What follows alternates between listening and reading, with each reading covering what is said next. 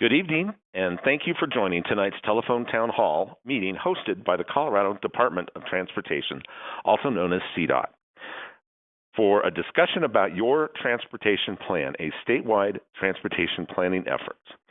My name is Roger, and I'll be your moderator tonight as we talk about transportation in the Transportation Commission District 10, including Baca, Bent, Crowley, Custer, Huerfano, Kiowa, Los Animas, Otero, Prowers, and Pueblo counties.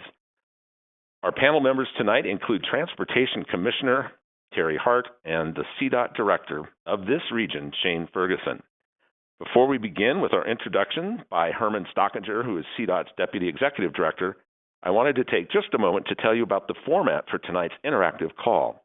We want this to be very interactive, so if you would like to ask our panel a question, please press *3 on your telephone keypad. You'll be transferred to an operator who will take down some information and get you in the queue. Once the operator notes your information, you'll be returned to the call and can listen to the conversation until it's your turn.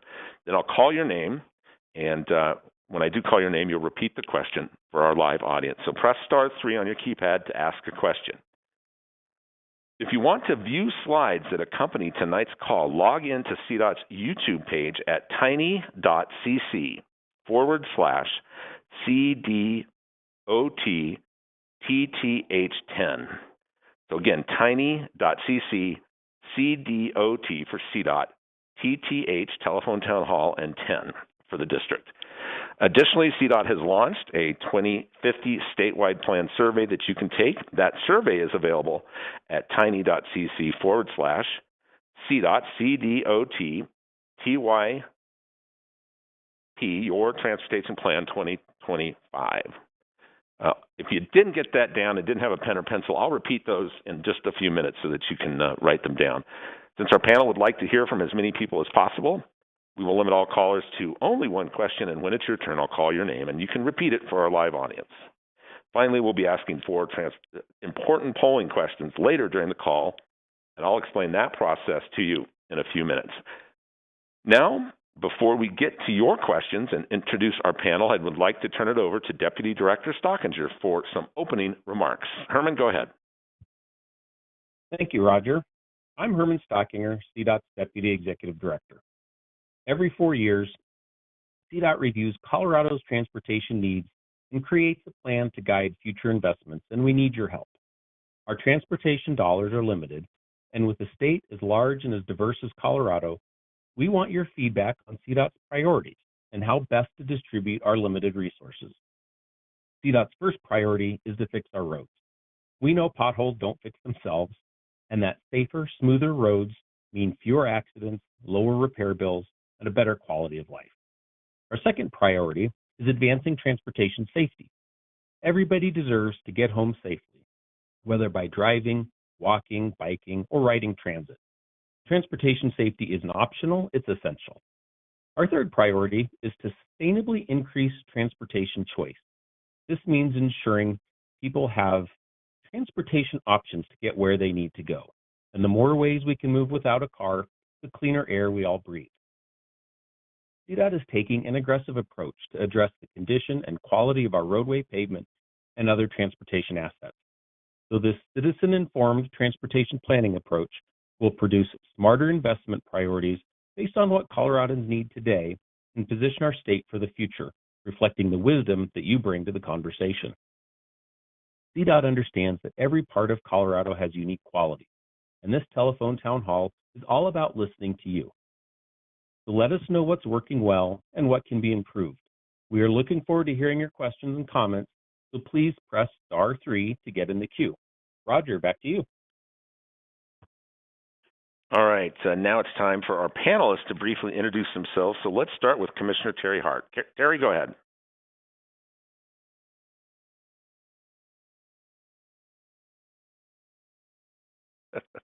Thank you, Roger. This is Transportation Commissioner Terry Hart. I've been a Colorado Transportation Commissioner since 2021, serving District 10, which includes Baca, Bent, Crowley, Custer, Huerfano, Kiowa, Los Animas, Otero, Prowers, and Pueblo counties. The Transportation Commission of Colorado formulates policy for the management, construction, and maintenance of our public highways and other transportation systems in Colorado.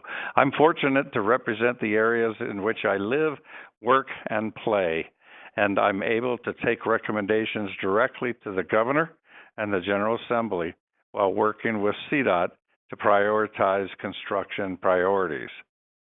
Again, we want to hear from you, so please press *3 to be transferred to an operator. And I'll turn this over to Shane. Well, good evening. My name is Shane Ferguson. I've been the director of this region since December 2022 and been with CDOT for the last 13 years, working my way up from design engineer to resident engineer, program engineer, and now region director. Region 2 covers 14 counties in the southeast and the Central Front Range of Colorado. As a region, our top 3 priorities are, number 1, our team, who ensures our highways are maintained and rehabilitated for the safety of the traveling public. Number 2, our traveling public. Our mission is to enhance the quality of life environment for the citizens of Colorado with an integrated transportation system that safely moves people and goods.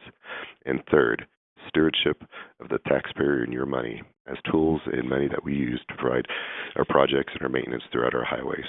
I'm excited to be on today's call and to get a chance to respond to questions. Please press *3 to get yourself into the queue and to ask a question. All right. Thank you for those introductions. As I mentioned earlier, if you want to view slides that accompany tonight's call, log on to CDOT's YouTube page at tiny.cc/CDOT-TTH10. CDOT-TTH10. And you can also respond to the CDOT 2050 statewide plan survey at tiny.cc/CDOT-YTP, Your Transportation Plan 2025. We are looking forward to tonight's discussion and to answering your questions. This call is all about listening to you and harnessing the wisdom that you bring to the conversation. So to get us started, let's ask our first polling question about CDOT's priorities to fix our roads. Fixing our roads means prioritizing strategic investments in Colorado's highways to improve infrastructure conditions. It's easy to participate. All you have to do is use your telephone keypad to enter the number of your response. So here's our first question. What is your biggest concern with the current condition of our roads? Press 1 for potholes and surface damage. Press 2 for lack of maintenance or repaving. Press 3 for poor bridge conditions. And press 4 for none of the above. So 1 for potholes and surface damage, 2 lack of maintenance or repaving, 3 poor bridge conditions, and 4 none of the above. Please record your vote now, and we'll share the results with you in just a minute. And again, a reminder, press *3 if you would like to ask a question or give us feedback. So now let's turn it back over to Commissioner Hart. Would you tell us a little more about the challenges and accomplishments in this area in your district? Sure, thanks, Roger. District 10 encompasses just over 19,000 square miles of southeastern Colorado with a population of over 240,000 people. The area has almost 3,500 lane miles, with 465 of those on I-25, Interstate 25 itself. Within these 10 counties, CDOT and the Transportation Commission collaborate with 36 local agency partners. In response to the unique transportation needs of this area, CDOT has completed several projects and has several under construction since our last 2040 regional plan effort. Here's just a few examples of both of those issues.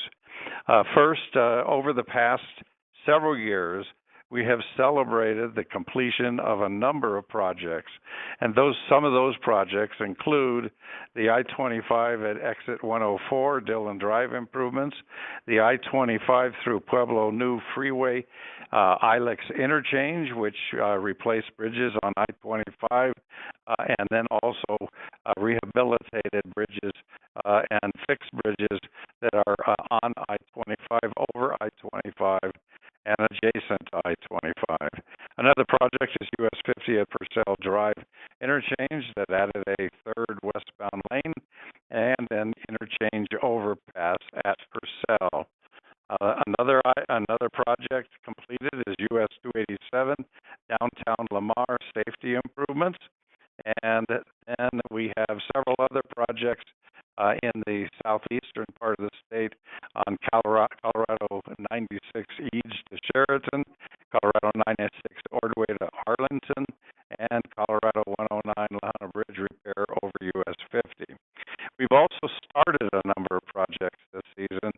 The first one I'd like to highlight is I-25 through Pueblo New Freeway, I-25 US 50B interchange. Very exciting project. If you're traveling in that area, you can see that.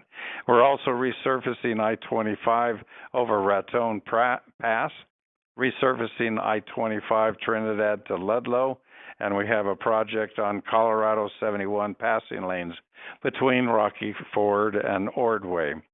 Those are just a few examples of what we are currently doing. Progress is being made, but we know there's still a lot more that needs to be done and addressed, which is why your feedback today is critical. Thank you. And I'll turn it over to... I'll take it from there. Thank you, Commissioner. That was good information. Here are the results of our first survey question. We asked, what is your biggest concern with the current condition of our roads? And 38% said potholes and surface damage. 26% said lack of maintenance or repaving. 24% said none of the above.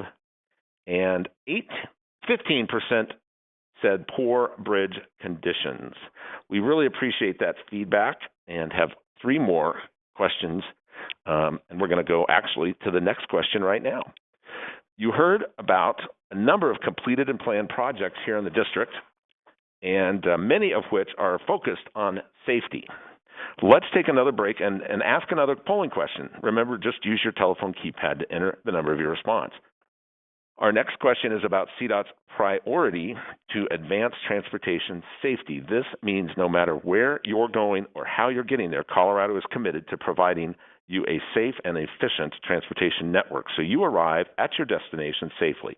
Here's the question. What is your biggest safety concern? Press 1 for speeding or reckless driving. Press 2 for lack of sidewalks or bike lanes or unsafe access to public transportation. Press 3 for dangerous intersections or crosswalks. Press 4 for winter weather driving. And press 5 for wildlife collisions. So again, 1 for speeding or reckless driving, 2 for lack of sidewalks, bike lanes, or access to public transportation, 3 for dangerous intersections, 4 for winter weather driving, and 5 for wildlife conditions. Record your vote now. I'll share the results with you in a minute, and I'd like to remind you again, if you have a question or want to give us some feedback, press *3. And we are going to get to your questions now. Lily, you are up first. Go ahead. Hello.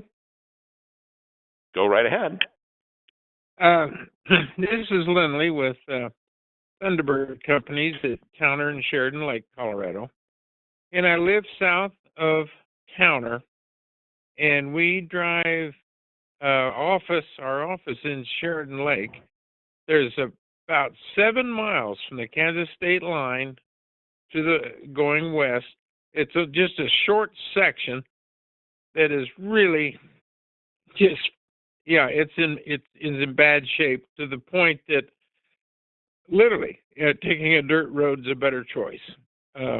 We go around it by driving 10 miles on a dirt road to avoid driving that section between home and the office. Hi, Lindley. This is Shane Ferguson, the Region Director here. I appreciate your call. We've had a number of projects on State Highway 96 over the past few years, and definitely trying to address the areas that we can. Funding's definitely limited. It's kind of like spreading the peanut butter pretty thin when we're addressing all of our highways. Our maintenance team definitely trying to address and work through all the challenges that we have, but we'll definitely be taking a look at that and see if we can maybe come up with some solutions here in the future. Unfortunately, at least for that location, currently we do not have any funding specifically identified, but I do appreciate the call, and we'll go ahead and definitely take a look and see what we can do. Thank you, Lindley.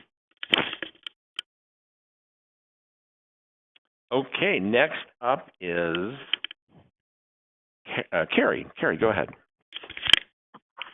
Hi, I live in Huerfano County, and very rural.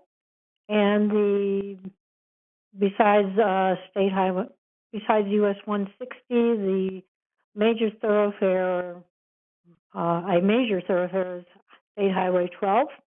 Up by Cuchara Pass, the road is really bad shape. It's got potholes. It's not safe for bicycle riders or even for cars. We've asked if anything can be done, and all we've been told is, well, maybe we'll get chip sealed if we're lucky, and which doesn't really solve the problems. And because it's a secondary road, it's not important. Well, it may be secondary to people that live in places like Denver and Colorado Springs, but it's really not secondary to us. Hi, Carrie. This is Shane. Yeah, I definitely can understand your concerns. And that Highway 12 is such a gorgeous and beautiful corridor.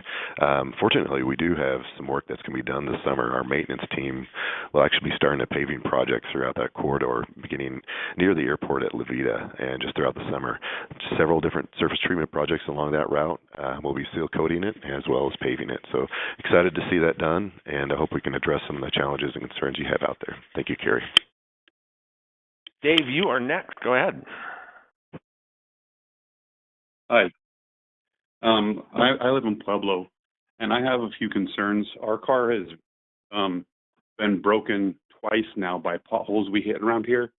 I've grown up here, and I've never seen these roads this bad.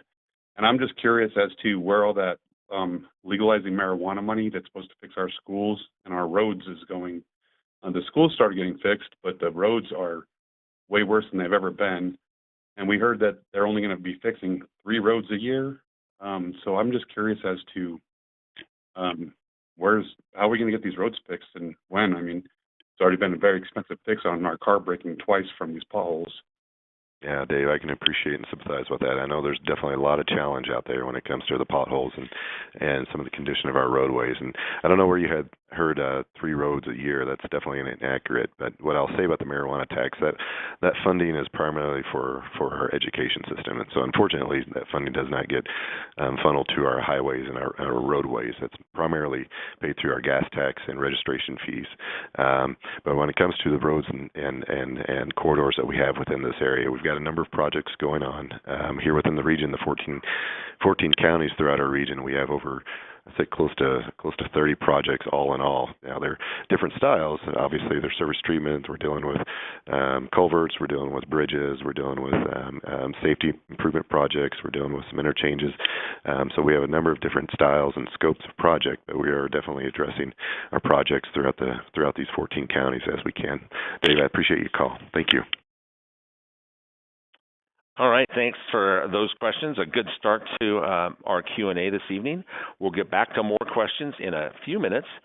For those of you that joined the call late, good evening. I'm Roger, your moderator tonight as we talk about your transportation plan, Colorado's statewide transportation planning effort, with Transportation Commissioner Terry Hart and the CDOT Director of the region, Shane Ferguson. You can participate by pressing *3 on your keypad. You'll be transferred to an operator who will take down your information and get you in the queue. So again, *3. Before I turn it over to Director Ferguson, let me give you the results of our second polling question. Again, we asked, what is your biggest safety concern? 29% said speeding and reckless driving, and 29% said dangerous intersections or crosswalks. And then 18% said sidewalks, bike lanes, and unsafe access to public transportation. And 18% of you also said winter weather driving, with 6% voting for wildlife collisions. We appreciate your feedback, and we're going to now turn it over to CDOT Regional Transportation Director Ferguson, who you've heard from tonight already. And would you tell us, Shane, a little bit more about the progress and challenges in this area? Absolutely, Roger. Thank you. So CDOT, in close coordination with our cities and counties of the region, strives to continue to develop a regional transportation system that is well connected, serves all modes of travel, and is safe, reliable, and well maintained. Our region is a large region within south central and southeastern Colorado that shares borders with Kansas, New Mexico, and Oklahoma. It has a terrain of rolling plains and semi-arid climate and temperatures that vary widely.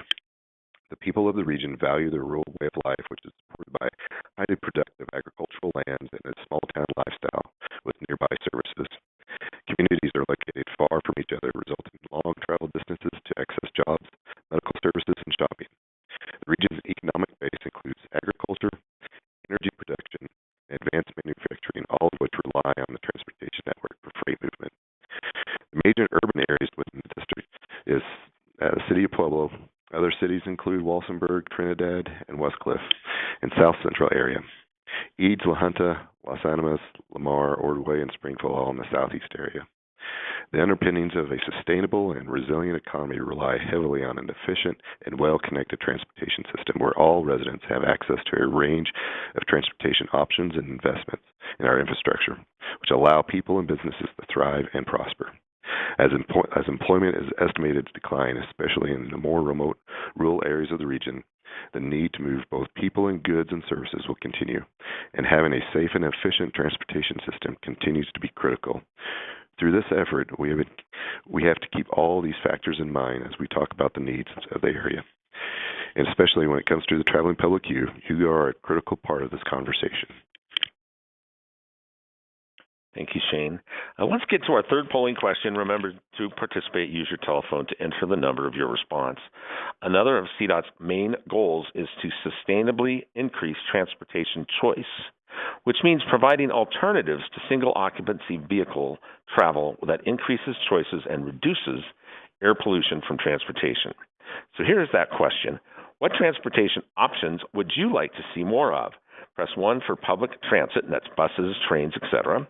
Press 2 for walking or bike infrastructure. Press 3 for ride-sharing or microtransit, such as an on-demand shuttle. Press 4 for safer or more accessible streets for people with disabilities. And press 5 for none, I prefer to drive. 1 for public transit, 2 walking and biking, 3 ride-share microtransit, 4 safer or more accessible streets for people with disabilities, and 5 if you prefer to drive. If you'd like to ask a question, again, star 3, and we'll share the answers with you here in just a few minutes. This might be a good time to remind you that if you don't want to speak with an operator, you can leave the call early and by pressing 9, and then you'll still have the opportunity to leave us a voice message. So press 9 if you want to leave us a message and leave the call. Press star 3 if you'd like to ask a question live. You may also provide CDOT with feedback on the survey that we mentioned before. It's yourtransportationplan.com is the website for the entire plan. All right, let's get back to questions, and we're going to Steve next. Steve, go ahead. I guess that's me. My question is in between Pueblo and Fountain, there's 2 rest areas. Are we going to get those back with the expansion that's going to be going through there? And, I mean, can we not use those now? Thank you, Steve, for your question. This is Commissioner Hart. Yes, the answer is yes. It's not the use of the existing rest stops that will occur, but we do have a future plan in place to relocate both of the rest areas to the 108 exit. This will be beneficial to all of us because we'll be able to hook up to the city water and city sewer systems and better serve the traveling public. But thank you very much for your question. Good question. Jim is next. You are live with our audience. Go ahead. Yeah, I was wondering, everybody seems to be fascinated with roundabouts, and as a commercial driver and owner operator, um, especially the roundabouts on Dillon and at the Love's Truck Stop, they're not even built big enough for commercial vehicles. So what's the fascination with them, and why aren't they even built big enough that they're useful? Hi, Jim. This is Shane. I can appreciate this question. Yeah, at first glance, it looks like that they're not built large enough. But if you look at that that concrete apron inside, that's actually designed for those commercial vehicles to drag those rear tires across. Um, so we do accommodate. We design to accommodate commercial vehicles. You know, the roundabouts are definitely a more safe intersection offering, if you will. Just the points of conflict are considerably less than the points of conflict at a signal, and the style of incident that may happen are a lot more safe. It's more of a safer way of traversing through an intersection, and so that's probably the biggest component that we like to highlight is just how safe roundabouts are versus a typical signalized intersection. Thank you for your call, Jim. Here are the results of our third polling question. We asked, what transportation options would you like to see? And 41% said public transit, focus on public transit. 26% none, I prefer to drive. 19% said walking or bike infrastructure is your preference. And 7% each selected rideshare or microtransit and safer or more accessible streets for people with disabilities. We thank you for that input, and let's go back to Jeff next. Go ahead. Hello, I'm wondering about filling potholes as civilians or citizens, if you will. Is that at all possible? And then part two is, where does all the money go for the tollways up throughout the state? I guess that's it. Unless the third one would be, can we ever get a rail line, from Wyoming all the way down to New Mexico? This is Jeff. That's 3 questions at once. All right. So I think the first question was definitely specifically about our potholes and some of the challenges we have, and utilizing how do we utilize and work through our potholes. Definitely the funding through there. We incorporate just the different types of funds that we get from the state and the feds,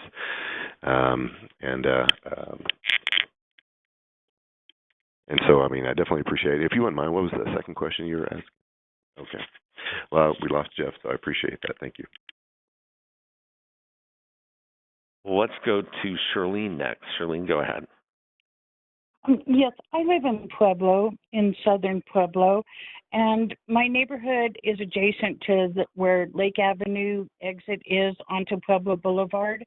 And the folks that are coming off of the interstate I-25 onto Pueblo Boulevard are going at a pretty good clip.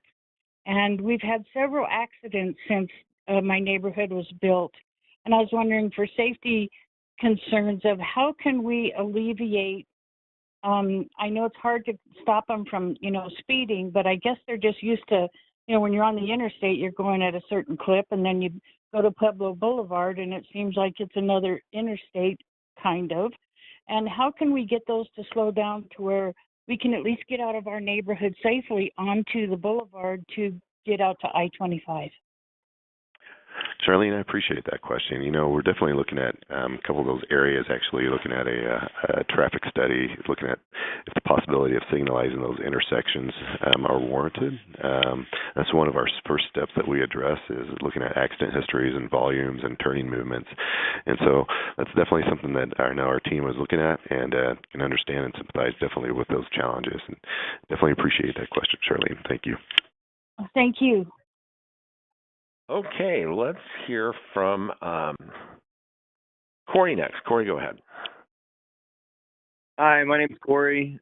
I'm out in the Westcliff, Custer County area, and I got a couple of things. One, when I first moved to the state, my driver's license was restricted in Texas, and I had an occupational license. When I tried to apply for a similar program here in Colorado, I discovered there wasn't one. And, since then I've got my license taken care of. But I really find that, there's people that could really benefit from an occupational license or an essential need license.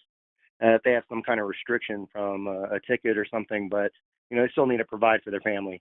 My second thing is oftentimes tourists driving or impatient drivers oftentimes will be aggressive on the road. And, there's a pull off in Howard where there's a sign that says, don't impede traffic, slow traffic, pull out, right? Well, we need more of those all over the state so that we can cut back the aggressive drivers in the state. Yeah, I can appreciate those comments. The first comment, definitely that's something that we'll take note of moving forward. And as far as the pullouts and also the passing lanes, that's something that very well aware of. We pursue different grants and federal grants to pursue, opportunities just to include passing lanes on our corridors and our highways. In fact, we recently received a large federal grant along US 50 out east just for passing lanes, and we're getting ready to start our design on that piece of corridor for the passing lane. So definitely can appreciate just the challenges there, and especially whenever the traveling public continues just to increase and can be dangerous at times. So thank you for that. I appreciate it. Let's take another break and ask one final polling question. Remember to participate. Use your telephone keypad to enter the number of your response. Here's that question. Of CDOT's 3 main priority areas discussed tonight, what do you think CDOT's top priority should be? Press 1 for fixing our roads. Press 2 for advancing transportation safety. Press 3 for sustainably increasing transportation choice. Again, 1 for fixing our roads, 3 for advancing transportation safety, and 2 for transportation safety, 3 for sustainably increasing choice. Again, if you'd like to ask a question or give us feedback, press star 3. Record your vote now. I'll share those results with you in just a couple of minutes. We've had some questions submitted online, so I'm going to do 2 or 3 of those, and then we'll go back to the phones. So this would be a good time to press star 3 and get in line when we come back to the phone questions. Our first one that was submitted is, what are you doing to improve pavement quality in District 10? Now, we've had a couple questions and talk about potholes, so Shane, maybe you can go into a little more detail. Sure, absolutely. On I-25 through Colorado City and Pueblo, those projects, they're almost complete. We're taking a look at State Highway 69 north at Walsburg and widening our surface treatment in that area as well.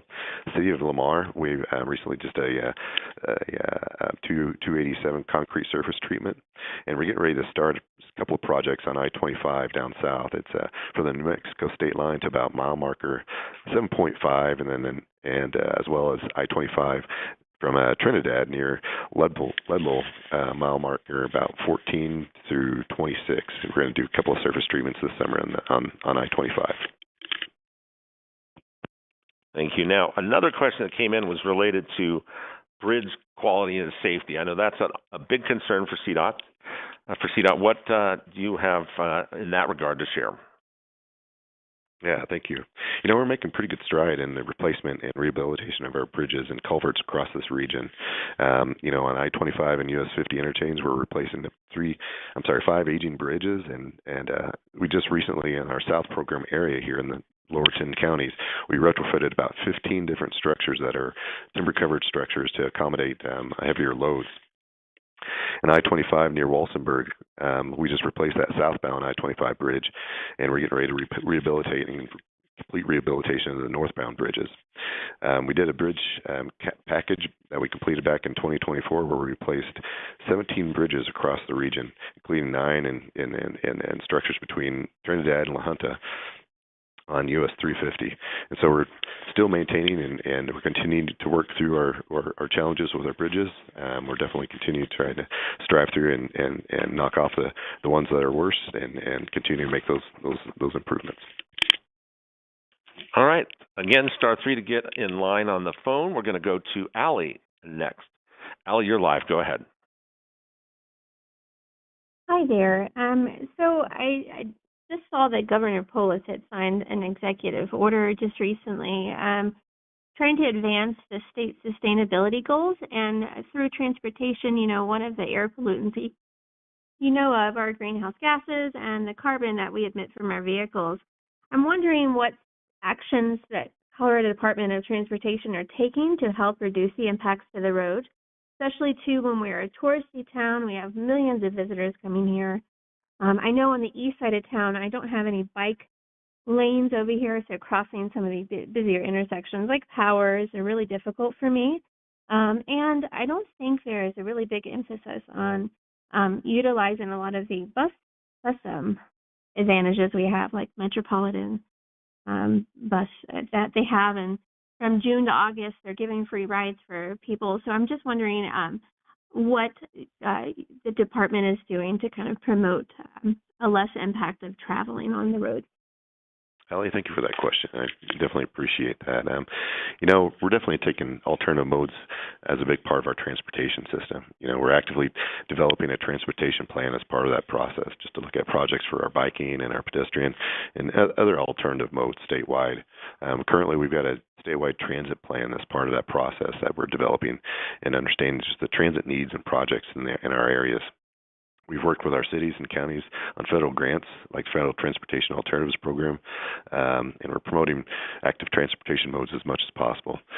Another area is definitely supporting the development of our electric vehicle charging infrastructure statewide, and so very active in this area, very active in trying to develop and maintain just alternative ways and alternative modes of transportation. So definitely appreciate that call, Ellie. Thank you. So Shane, listening to this tonight, it's prompted me. I wanted to ask, why does Colorado need a 2050 statewide transportation plan? Didn't we just finish one a few years ago? Yeah, great question. So, transportation planning is a deliberate and just our thoughtful and structured process that we use to help make the best decisions for the Colorado's traveling public. CDOT, and like I was saying earlier, close coordination with a wide range of our stakeholders, whether it's city or counties, we plan for investment so that the best solutions for our transportation problems can be identified. CDOT also plans are just really performance-based. This ensures that our Colorado transportation system continues to prioritize our increasing transportation system and safety and fixing our roads and providing just really a sustainable increase in our transportation choices. We had a question that Ruth didn't want to go live about, Terry, but she said, how does her comment make a difference? How does the public's involvement make a difference in this process? Well, thank you for that question. I think it's an excellent question. CDOT seeks public participation in the planning process to identify the transportation needs of the public and to ensure taxpayer dollars are being used to effectively deliver on those needs. Public feedback is used to develop goals and prioritize funding to deliver a transportation system that addresses the needs of all Coloradoans. So thank you. Your public feedback is critically important to us. Shane, we did a 10-year plan a few years ago. How does CDOT track progress on the 10-year plan? Once the plan is adopted by the commission. CDOT maintains and updates our progress of the 10-year plan just by our quarterly reports and our accountability dashboards that you can find online. These accountability dashboards provides project expenditure information statewide and at the CDOT engineering level. A 10-year plan quarterly reports provide the most up-to-date project status and funding that is utilized for our Colorado statewide list of priority transportation projects, and so that's mainly how we try to track our progress. And one last question that came to my mind, Terry, is how does the commission make project selection decisions? CDOT's Policy Directive 14 is one that's been developed by the Transportation Commission, and that provides performance targets to measure the success of the department's efforts to improve the following key areas: advancing transportation safety, fixing our roads, and sustainably increase transportation choice. These key areas serve as guiding principles for project selection decisions that will guide the development of Colorado's next 10-year plan. Generally, project selection decisions are based on public feedback, data, and those Policy Directive 14 key areas. We just had a question submitted online. Scott asked, what are you doing to improve traffic here in Pueblo, traffic congestion? Shane, do you have some information on that? Sure, yeah. One of the things we're doing right now is just the I-25 and US 50B interchange and the connector roads here in Pueblo. It's a project, and talk a little bit more about it here a little bit later, but a project we just started just this last year. You guys, folks traveling up that corridor can probably definitely see just the progress and the movement. It's definitely a project that's going to help address some of these traffic congestion areas and help relieve and alleviate some of the problems we have in that area. Cool, thank you. We have just a few minutes left, so you still have time to press star 3 and get in line to ask a question. Star 3 is kind of last call. Here are the results of our final polling question. We asked, of CDOT's 3 main priority areas discussed tonight, what do you think CDOT's top priority should be? 58% said fixing our roads. 25% said sustainably increasing transportation choice, and 17% said advancing transportation safety. Shane, I thought maybe ask you one more thing. Your crews are busy. CDOT's employees work damn hard, don't they? Maybe you can tell us what your job entails. Oh yeah, no. Our maintenance crew, they work tirelessly out there. We plowed over 1 million miles this past year throughout our 14 counties. On an annual basis, we'll replace anywhere up to 30 to 32,000 linear feet of guardrail by repairing it or replacing it. About 40 to 45,000 linear feet of cable rail. Our mowing crews are often, you'll see them a lot more out in the rural areas, but about 12,000 miles mowed out in that area. And when it comes to potholes and concrete repairs, it doesn't seem like a lot, but our guys and gals out there, they've done over 11,000 to 12,000 square yards of just concrete and asphalt patches this past year. So our folks are pretty busy. It's a day in and day out job, and definitely very much appreciated by our team here, and they continue just to serve selflessly out there, and they're much appreciated. So thanks for that question, Hank. All right, as we wrap up this evening,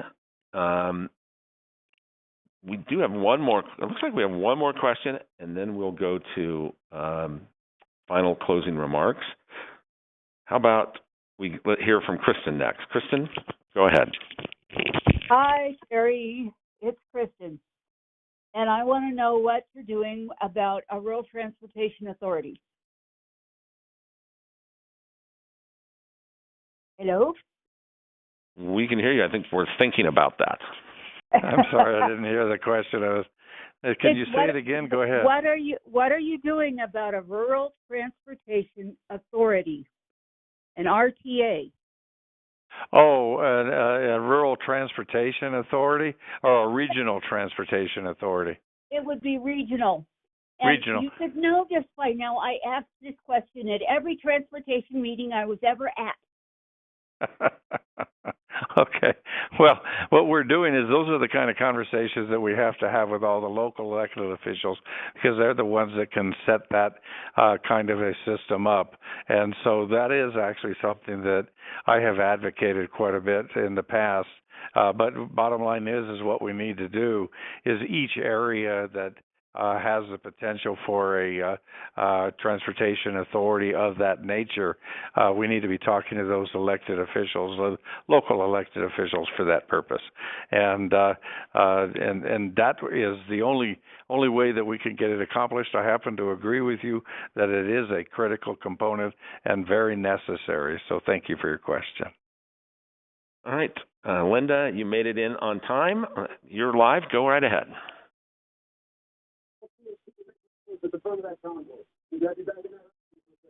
Linda, you are live. Go ahead. Oh, yes, this is Linda Reed. Linda, I just was saying that they need to have rumble strips on the 2-lane mountain roads. It's a safety hazard. I was on one just north of Buena Vista, and not only were the rumble strips not there, they had stopped painting the lines about a half a mile before, and I lost my tractor and trailer both because there was cars coming at me and I couldn't tell what lane I was in. Hi, Linda. This is Shane. Yeah, that's definitely sorry to hear about that. That those challenges that you had out there. I know rumble strips they're definitely a great safety component that we include on our roadways. I think you're talking about 285 along that corridor, and I know we're going to be installing some more this coming next year. We try to hit them as much as we can along our rural highways and our rural mountain areas. So it's definitely something that we continue to try to incorporate on our highways. We know the safety benefits of including those and trying to address those areas that aren't currently included. So thank you for that call. I appreciate that, Linda. Shane, as we wrap up, do you have a minute to share with us some other region happenings and accomplishments? Yeah, I really want to appreciate or really highlight just this I-25 and US 50 project that we're doing in Pueblo. Again, this project started late last year, broke ground.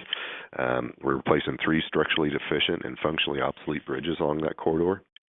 It's designed to improve the safety for our freight as well as our traveling public, operational efficiency, as well as providing a safer travel experience for all involved, our pedestrians and cyclists as well. So thank you very much. And as far as along I-25, if there's any additional work, we've got our planning study of I-25 through Pueblo, just really on the south area of the Arkansas River. We've got a couple of alternatives considering. Of course, nothing really funded yet at this time, but there's a lot of consideration and planning involved along that environmental planning document. We have 5 projects. It's really the ILEX to the city center that we already completed, the I-25 and US 50B interchange that's currently in construction, and in the future we've got one at City Center to 13th, including Mineral Palace and Park. We also have 29th Street to 50 and 47, as well as the Dillon extension. Again, these projects these last 3 projects, they're not funded at this time, but definitely on the docket for our future. Thank you very much. Commissioner, we are close to the end of our time. Would you like to make some final remarks and wrap up for us?